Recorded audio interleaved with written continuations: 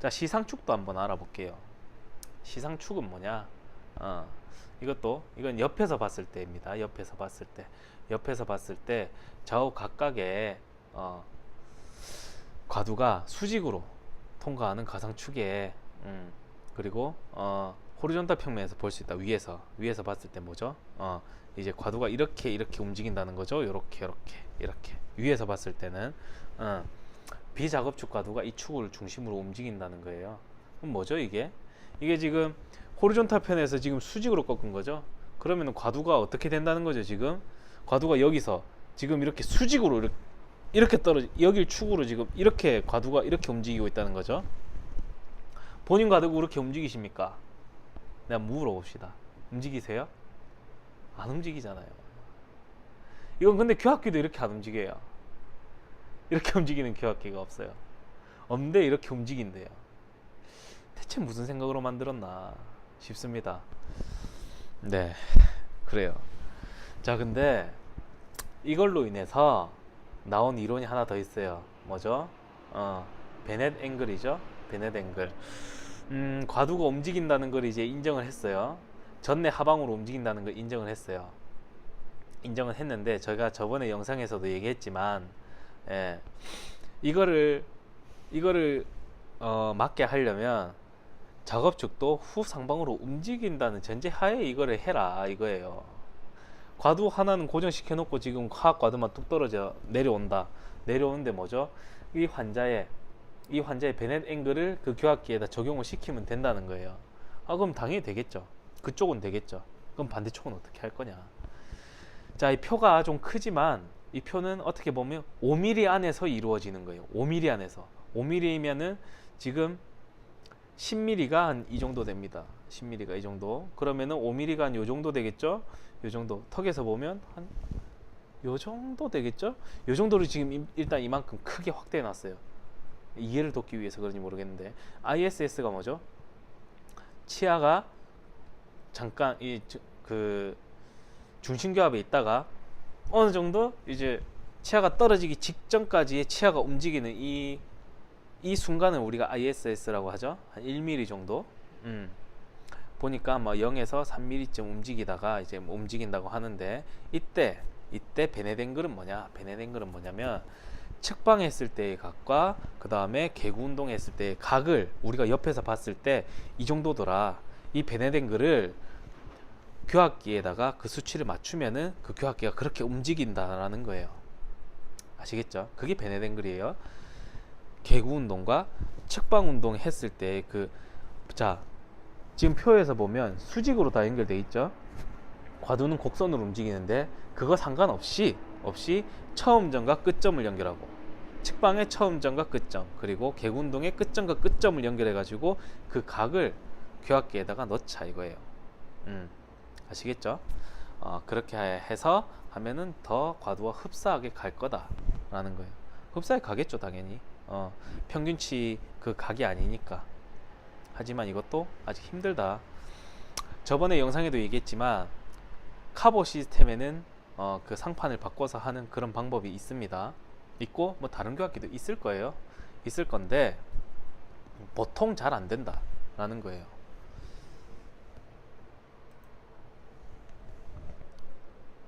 자, 영상을 보시면 과두가 이렇게 옆에서 봤기 때문에 이런 거죠. 사지탈에서 봤을 때 이렇게 움직인다.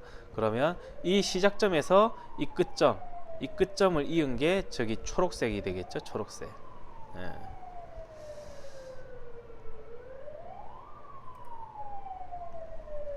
자, 네 번째 하악의 기능 운동에 대해서 알아볼 거예요. 기능 운동. 전 후방 운동이 있어요. 턱을 앞으로 내밀었다가 뒤로 가고, 아니면 턱을 뒤로 했다가 앞으로 가고, 이 운동을 말하는 거죠.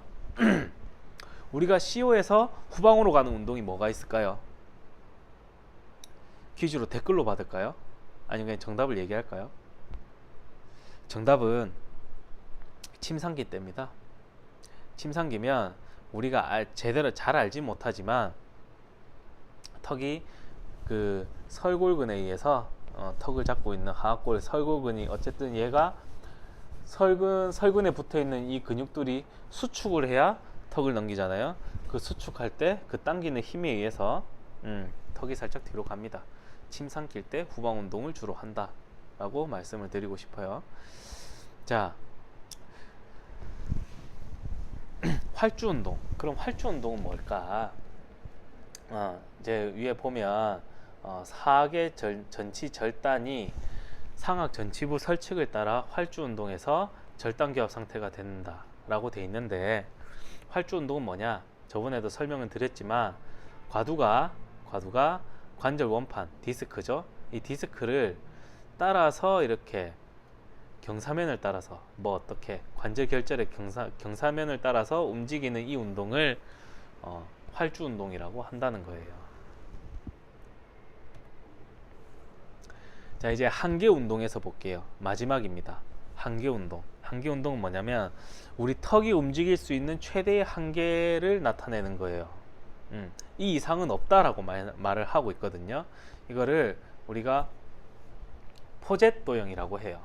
포젯 바나나라고 하는데, 이게 뭐냐면 일단 전방 운동에 대해서 알아볼게요. 전후방 운동할 때 보면 C에서 왜 또 이렇게 표를 만들었는지는 잘 모르겠어요. 왜냐면 보통 CR에서 CO로 간다고 얘기는 하는데 왜 CR이 굳이 CO의 뒤에 있어야 되냐는 거예요. 사람에 따라서 CR이 앞에 있다가 뒤로 오는 사람도 있는데 굳이 왜 CR이 뒤에 있냐? 그거는 이제 제 추측 건데 이거는 뭐 논문에도 없어요. 제 추측 건데, 일단 제가 아까 침 삼킬 때 턱이 뒤로 빠진다 했죠, 그죠? 어쨌든 치아를 닫기 직전에는 여기 밑에서 입을 벌리는 애들이 여기 설골에 붙어 있는 애들이 많이 합니다. 그럴 수밖에 없겠죠. 이 밑에 있는 애들이 수축을 해야 턱이 당기니까, 그죠? 그래서 그 경로를 따라서 오게 되면 하악골이 뒤에 있을 수밖에 없다. 그래서 힘을 더 주면 그때부터 뭐죠? 치아와 치아가 닿게 되면은 그때부터 저작근이 역할을 하는 거죠. 그때 이제 앞으로 오면서 CO가 되지 않겠나, 이 제 생각입니다. 어쨌든 전방 운동의 최시초점은 중심이 상태에서 중심기압으로 움직인다. 후방이 제일 끝점이란 말이겠죠. 더 있는데 사실은 CO에서 더 뒤로 갈 수 있어요. 갈 수 있는데 그거는 포젯도형에 안 나와 있어요. 안 나와 있는데 그것도 포함을 해야 되겠죠. 그럼 포젯도형도 바뀌어야 되죠. 바뀌어야 됩니다. 근데 안 바뀌고 있죠. 그럴 필요성이 없다라고 하는 것과, 학자들은 자기 주장을 뭐 잘 안 바뀌려고 하죠. 옛날에는 뭐 그렇죠. 지구가 모든 별은 지구를 중심으로 돈다고 하고 있는데, 지구가 중심이 아니고 지구가 돈다고 얘기했다가 사형당할 뻔하고, 그죠? 그 정도로 이론을 바꾸는데 참 보수적인 사람들이다. 근데 지금 팩트가 다 나오고 있는데도 바꿀 노력이 없어요. 대세 지장이 없으니까 그렇겠죠. 예, 어쨌든 CR에서 CO로 간다. CO로 간다. 그게 이 포젯도형의 제일 이제 첫 단계예요. 위에 이제 그 북두칠성 같이 보인 게 그 전방운동 표입니다. 그리고 하악 절치 절단이 상악 전치 설면을 따라 전하방으로 움직여요. 내려와야 되겠죠, 그죠? 내려왔다가 그 다음에 절단기압이 됩니다. 되고 그 다음에 그 다음부터 이제 절단기압에서 떨어지면 뭐죠? 전치의 임무는 끝났어요. 그때부터 구치부터 해요. 구치가 닿으면서 전치가 위로 올라오기 시작해요. 올라오기 시작하고 그 다음에 뭐다? 쭉 앞으로 나간다. 이게 전방 후방의 최대의 운동이다. 하지만 제 생각은 뭐다? CO에서 CR 그 뒤로 더 갈 수 있다. 이렇게 내려가는 게 아니고 더 갈 수 있다. CR보다 더 뒤로 가는 모형이 나와줘야 됩니다. 자, 그리고 개폐 운동을 보겠습니다. 개폐 운동을 보면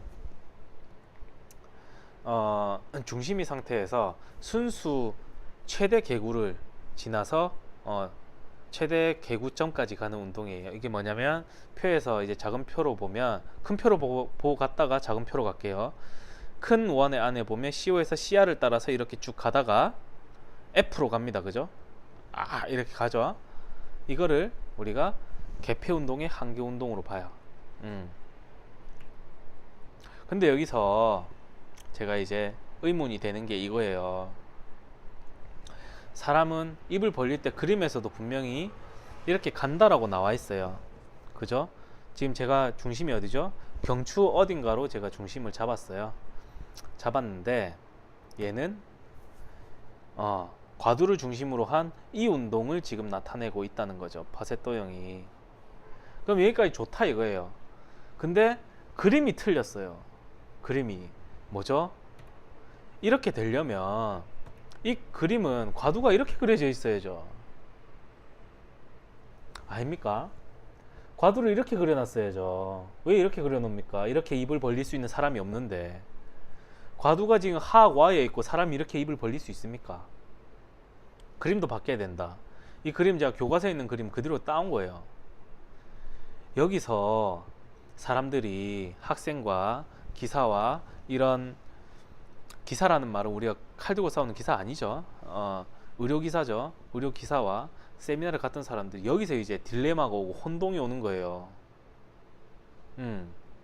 이런 그림을 아무 생각 없이 보면 맞을 수도 있어요. 하지만 그림 자체를 엉터리로 그려놓고 이런 원 운동을 하는 것을 보여주니까 과두가 그냥 고정된 교합기가 맞다라고 지금 일을 하고 있는 거죠. 눈을 뜨셔야 됩니다. 생각을 하셔야 되고. 뭐가 가깝습니까? 자, 이 그림이 과두를 제껴놓고 과두를 지워놓고 이 퍼센터만 봤을 때는 이 도형이 맞을 수도 있어요. 왜냐? 경로로 나타내는 건 맞지만 어쨌든 간에 턱 운동이 움직이는 최대의 범위를 나타낸 거기 때문에 본인 턱도 이렇게 움직이는 게 가능합니다. F점에서 E점까지 가능해요. 턱이 갈 수 있는 모든 그 범위를 나타낸 거기 때문에. 하지만 지금 입 벌리고 있는 이 운동을 나타내려면 그림이 과두는 이렇게 그려져서는 안 된다는 거죠. 수정하셔야 됩니다. 수정하셔야 돼요. 자, 전방 운동이 어떻게 가는지 보겠습니다. 이렇게 가죠. 이렇게 가고 그 다음에 자, 최대 개구를 할 때는 이렇게 갑니다. 이렇게. 자, 한 번 더 볼까요? 자, 저 그림과 똑같은 위치에서 제가 한번 스탑을 해볼게요. 자, 어때요? 지금 스탑한 이 원의 과두의 위치와 지금 왼쪽에 파세토형 그릴 때의 위치가 같나요? 다르죠? 눈을 뜨셔야 됩니다. 눈을. 지금 어떻게 보면 학생들은 자라나는 새싹인데 너무 현실을 보여줘서 미안한 마음도 있어요. 있는데 학생들이 이거를 제기하지 않으면 교과서는 바뀌지 않습니다. 저는 지금 교과서가 바뀌든 말든 상관없어요. 저는 파이널 보철만 잘 만들면 돼요. 하지만 배우는 입장에서는 엉터리를 배우고 있으니까 하는 말이에요. 틀린 부분만 있는 게 아니라 맞는 부분도 있는데 틀린 부분은 고쳐서 애들을 가르쳐라는 거예요. 자, 수평면에서도 볼게요. 수평면에서 지금 스탑.